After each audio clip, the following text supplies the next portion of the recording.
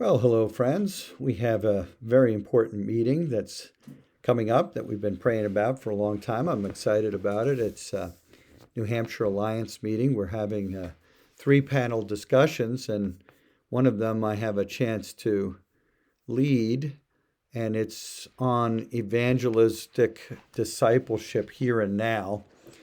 And I wanted to tell you how I'm going to introduce that topic, and then we're going to hear from two other people that have some wonderful experience in discipleship that I think will be helpful for everyone. So I'm just going to start by telling the story that a year ago, actually, a year ago in the summer, I had a wonderful visit from some friends from the Day Foundation. They've been doing quite a lot of work on this issue of discipleship, and particularly as it relates to churches in New England.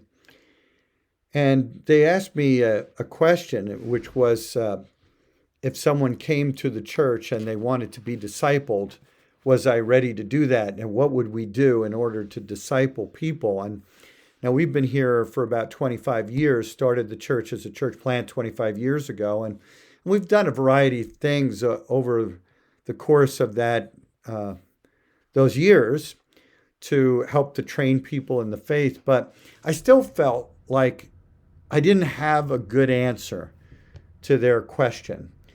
So what I went about doing was to think about what would it be that would make a person a strong follower of Jesus Christ within our church and beyond our church.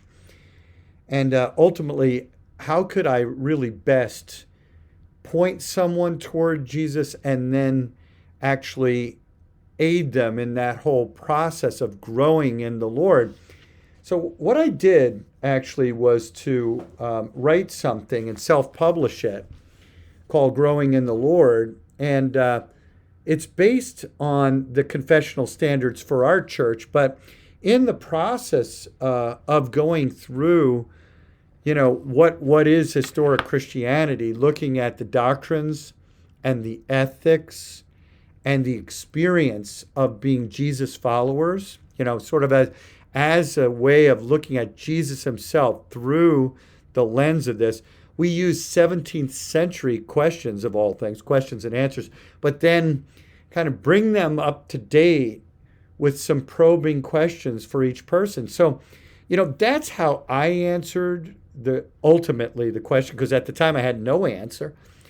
But what I want to do is to hear from the other two panelists that'll be speaking there that day to say, given our situation, what advice do you have for New Hampshire pastors today that are gathered here who want to see this whole state discipled, who really believe that that's some of the best evangelism that you can do is to actually be in relationship with people, aiding them to grow in their relationship with Jesus. So that's my intro to those who will be speaking, and maybe that'll help you also in praying for what we're going to be doing on Wednesday. God bless you all.